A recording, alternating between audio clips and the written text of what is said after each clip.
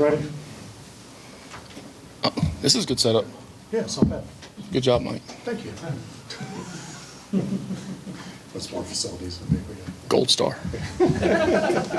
All right. Appreciate you guys being here. It was a good ending of spring. I thought we had a good spring this for 15 days.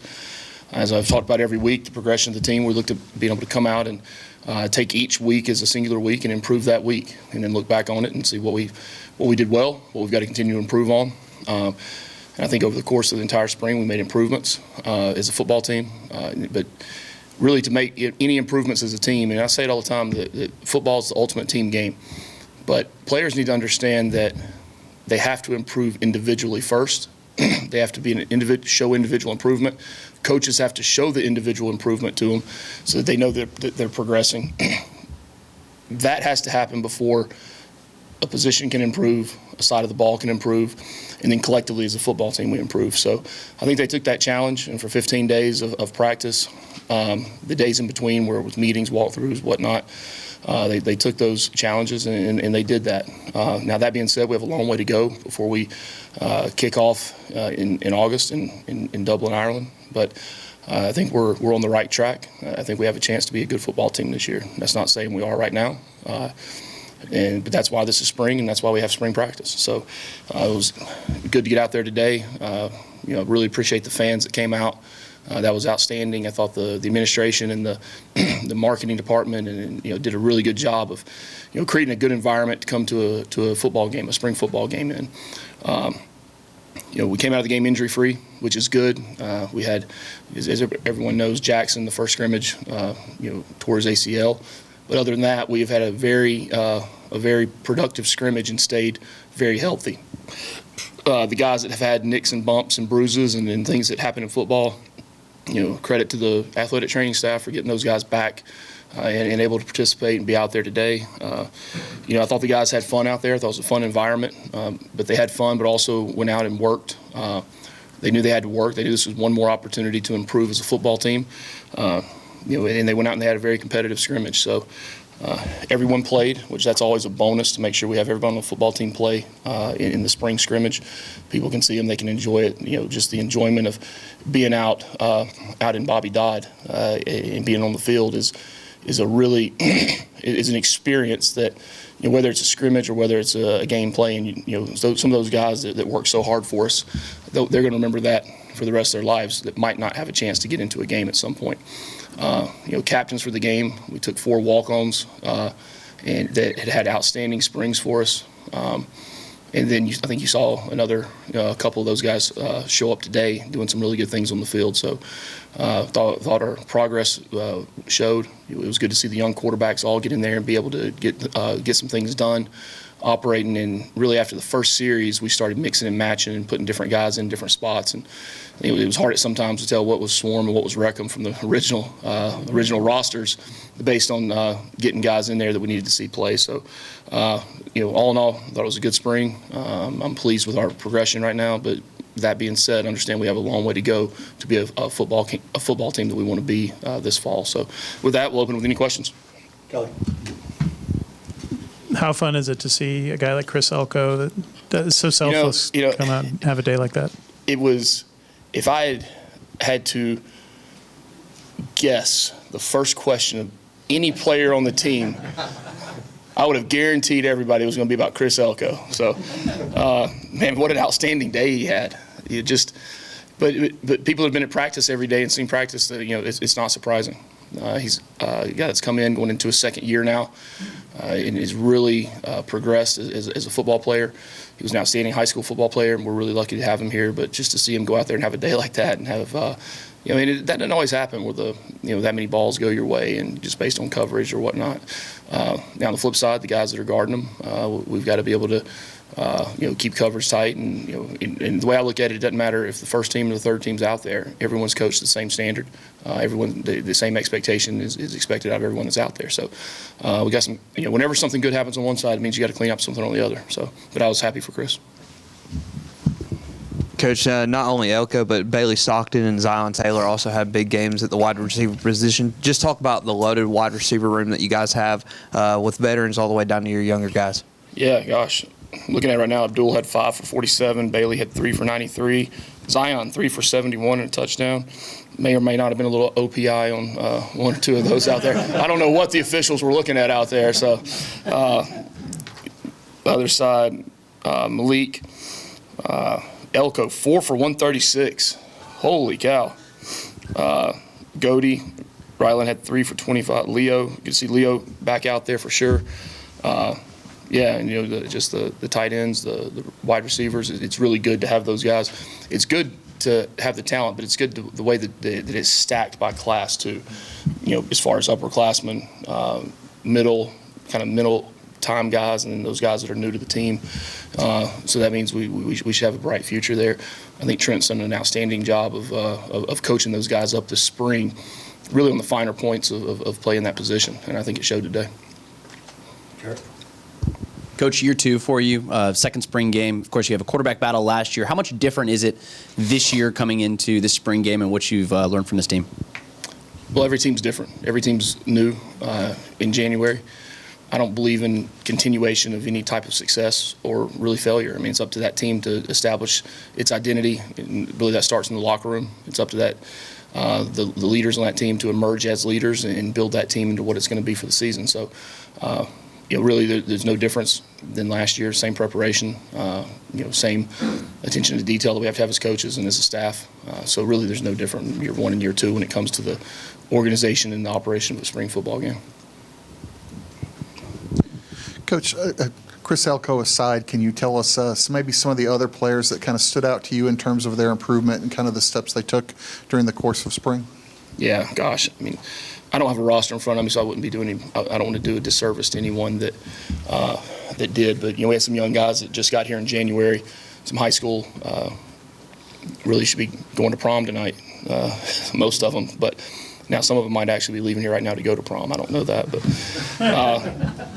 I think we have 11 of them that 8, 9, 11, something like that out there. So it was good to see those guys. I mean, Jamison Riggs, he went with the ones majority of the spring after Corey rolled his ankle up in the second week, and a lot of valuable reps. As good as you think freshmen are that come in on that first week and that second week, then as that installation starts to build and the multiples start to increase on the other side of the football, whether it's offense or defense, that's when you really start to see that they're freshmen.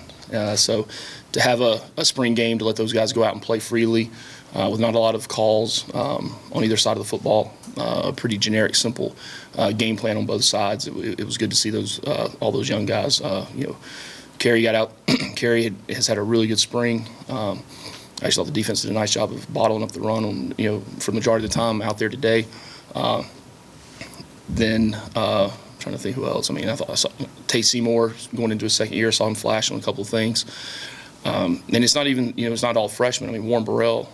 I think today showed why I've been so excited about him all spring, and just the energy he brings on the field and the playmaking ability and the tight coverage he can play when he's in the game. Amari is another one who's been here for a couple of years, but is really starting to emerge as a guy on this team. He was Tana, Harrison Moore on the offensive line, Jordan Boyd. A lot of those. I mean, all those guys got a lot of reps today, and they did a lot in the springtime. So, that's the name of the game in college football is to constantly be working to build the depth of your football team, and to steal a note out of the last place I was at before here and I can talk about him now. He's retired, so I can. But with Coach Saban, it's you build your roster and constantly want to build that roster from the bottom up, and to improve that part of your football team. And as you improve the competition in that part of the football team, you continue to improve the competition all around. So I think we saw that today with the depth we have over the that we're starting to build. I say we have, and we're a long way away from being where we want to be. But I think you're starting to see that depth show itself. Coach, know it's a spring game, but on the sideline, Haynes was very animated, sending in signals. He even talked about how he hated to get out the game, but yet still he was so animated and giving signals and trying to be involved. To see that from your quarterback, in a spring game, can you talk about that leadership? Yeah, I mean, he's as good of a leader as I've been around on the football field, and I don't say that lightly. I really don't, man. He's outstanding all the way around when it comes to that. The relationships he has with the different guys on the football team, it doesn't matter what position, what background, what side of the ball. Haynes he's a voice that's heard by everyone, and that's him. I would expect no different from him, and it rubs off on others. I mean, Jamal Haynes, he ran out on the field twice and begged me to put him back in. Malik was wanting to go all day. I mean, that's just same with Eric. I mean, that's just the way they are, and that's when you're starting to get going in the right direction with the football team. When you were the interim coach, you had at one point basically scotch tape and Band-Aids holding your quarterback room together. Now you have two guys who could start games and two really exciting young guys and even some walk-ons that are impressive. Can you talk about the growth of that room and what you're seeing there? Yeah. First off, I can barely remember yesterday, much less 2 years ago. So why'd you have to – I mean, you did bring up some things there. Wow. We did. Scotch tape. It was more like duct tape and Gorilla Glue, like keeping things together. It's a credit to the system. It's a credit to the recruiting. It's a credit to the evaluation that takes place, and it shows up the most obviously at quarterback. That's the position everyone sees. But the evaluation that we take at every position in recruiting is really important. It's a credit to the offensive scheme that Buster has in that it's a quarterback driven, but also allows every position to play to its strengths. The development of the quarterback coach. I've said it before. I think Chris does an outstanding job of evaluating those guys, bringing in the right guys, not just as players, but also the right guys that fit Georgia Tech. That's a big thing for us. That complement each other and fit the football team. So all around, we've got to continue to do that and continue to do that with all positions. We saw Burr with a make from 62, and I know this depends on the conditions of the day of that game. But Say it again, I'm sorry. Burr, he making from 62. I know the range depends on the day and the conditions, but how far would you trust him to attempt from? 62. Now let me ask y'all this: do y'all really think I would have done that in the first game of the season, not knowing? Probably so, because I got a lot of confidence in that guy. I would. I mean, everyone was excited, but no one was surprised. I mean, we see him do it every day. And if you'll notice, I called the punt team out there, and then I saw him look at me from the sideline. He was just staring at me. He's new number 33. Get it? Threes. He just staring at me. And I told him, waved him out, and he goes, "Yeah, I can." All right, let's go. Field goal, timeout, field goal. And then the other one was probably more challenging. I don't know what the distance was on the other one. 59. Yeah, 60 in there. But the way the wind was blowing at the time and where it was offset on the hash, the wind blowing from behind, but also the way it does in our stadium all the time, that was a lot more of a challenging kick. And he almost put the exact right on, English on it to get it to go in. He was pretty mad about that one. But no, he's got a strong leg. He's really good. He's really good. I'll say this: he's a really good football player. And that's what he is. He's a football player. Patrick. Coach Key, if you would talk to us about Jamie Felix's day, please. Yeah. 2 carries, 20 yards. Yeah. So we have a long of 15 on a little flip play out on the perimeter. So, like I said, everyone was able to get in and play and show what they can do. And he had one explosive and, the other one 5-yard gain. So, 10-yard average. So, no, it's a talented running back room. All right, and the guys have to come to work every day to be able to, to get in the picture. So nothing is deserved here. Everything's earned, and you go out every day and you earn the reps and you earn the carries that you get, you earn the touches you get, you earn the reps, whether it's O-line, D-line, running back, receiver, it doesn't matter. So. Back in the corner. Kind of going off the running back room, what's it like to have Jamal Haynes, a guy, 1,000-yard rusher last year, kind of a luxury to go into 2024 with a guy who's already had a lot of experience in big games? Yeah, I mean, experience. There's nothing that you can't substitute anything for experience. But he had some good runs early on. No different than he has all spring. No different than he has last year. He's continued to improve, and I think there were 2 runs he had that he didn't like. He came out and asked me, he's like, "Hey, was I doing such and such or such and such?" I mean, he's constantly working to critique himself and get better off of every play. As I told you already, he wasn't happy when I set him down out there. So he's fun to be around. He is. He's fun to have on the team. I'm glad we have him, and he's continuing to develop, and I'm excited for what he's going to be this year. But we also had a couple balls on the ground at the running back position. We can't do that. And I don't care if the ground causes the fumble or not. Right, the ball ends up out of your hand. So we can't leave anything for chance, and those are the things we have to work on really hard, and we have to be ultra critical of this entire spring, not just the spring game today. Something in the back. Coach, obviously a new defensive staff this year. What did you kind of see today from your defense that you liked or what you didn't like? Yeah, I mean, I liked the fact that even early on in the game, the first group was running to the football. The line of scrimmage was stalemated. The line of scrimmage was flat walled, which is what we want to see. We've got first group of guys. We've got some good players. We've got to continue to develop the depth on our defense. That's the thing, and that's what we wanted to see today. We wanted to see a lot of those guys get in there that had not gotten as many reps before. But that's a main focus we have moving forward. That we have to develop the depth, because you might have 11 guys, 11 starters that are good players.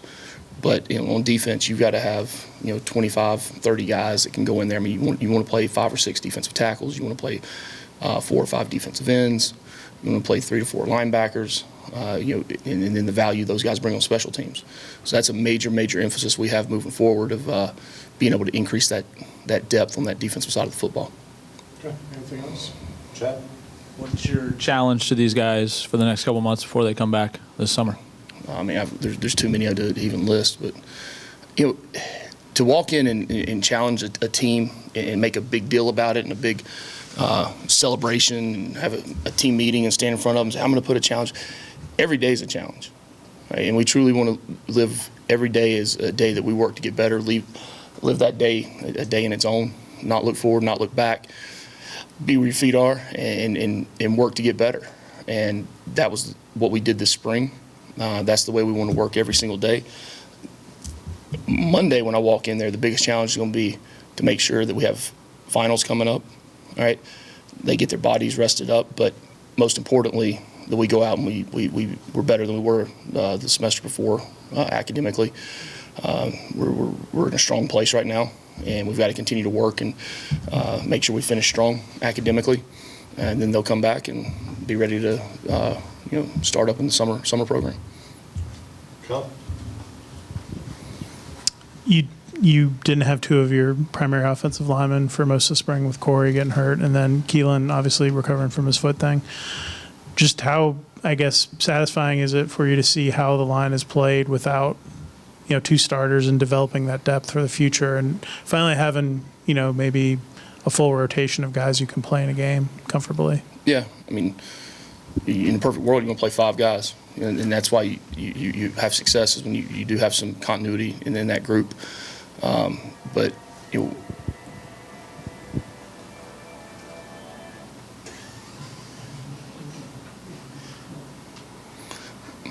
we what were we talking about? O-line, yeah. Guys, wherever that is, please turn it off. Some stairs.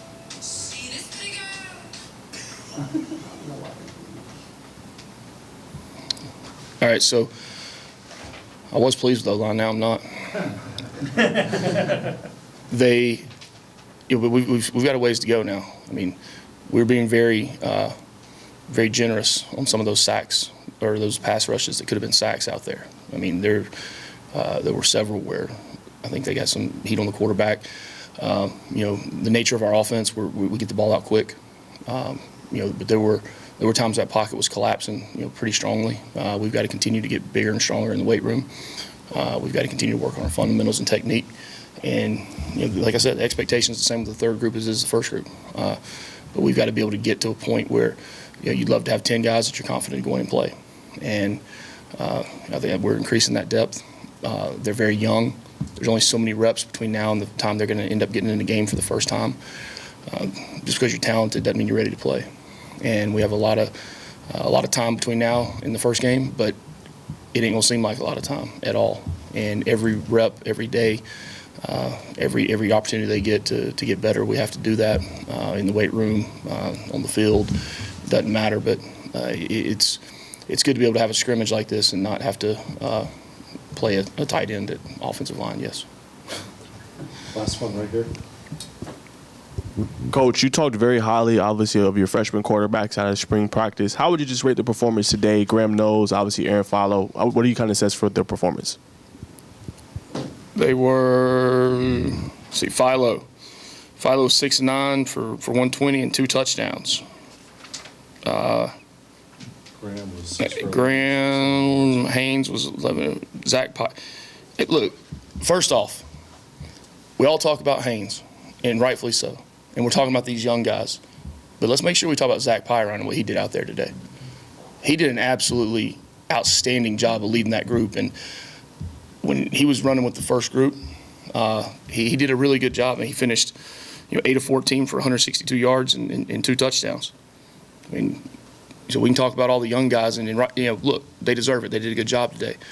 But let's don't get lost in the shuffle. Zach Pyron and what he does, what he means to this football team. And had some fun with him out on the field today after some of the plays he made.